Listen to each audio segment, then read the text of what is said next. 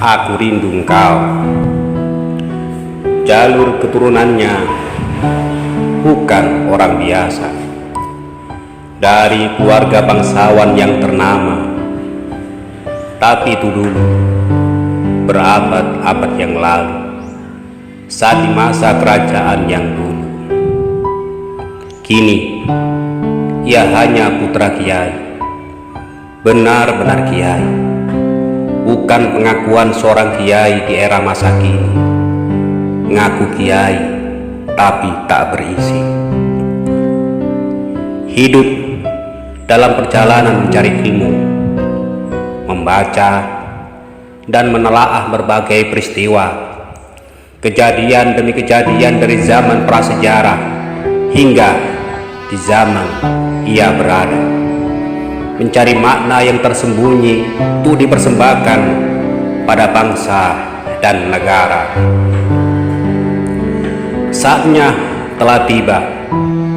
Ia menjadi seorang pemimpin bagi bangsa di tengah-tengah gejolak manusia yang papa dan segelintir manusia yang haus dengan kekuasaan.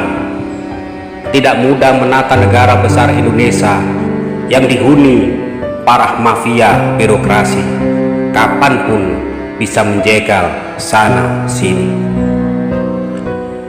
Dengan kebijakan yang merevolusi, banyak menteri kapanpun bisa diganti karena mereka tak jauh dengan para pencuri menjajah negeri sendiri.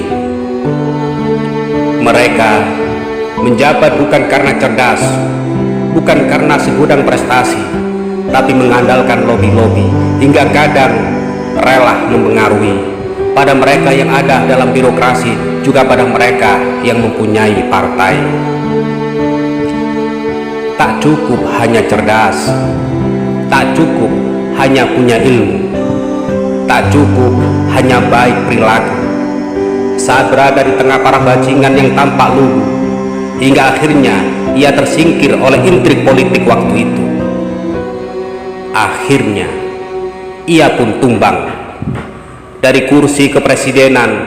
Dekret yang telah diumumkan, mereka semua membangkang, tak patuh terhadap instruksi pimpinan. Ini jelas-jelas pengkhianatan. Lelaki itu, siapakah dia? Abdurrahman Wahid namanya. Disingkirkan dari kursi kepresidenan, juga disingkirkan dari partai yang didirikan. Saat meninggal, semua merasa kehilangan. Jutaan orang rindu akan sosoknya saat hidup dipaksa dijatuhkan dari kursi kekuasaan. Kiai Abdurrahman Wahid. Terima kasih.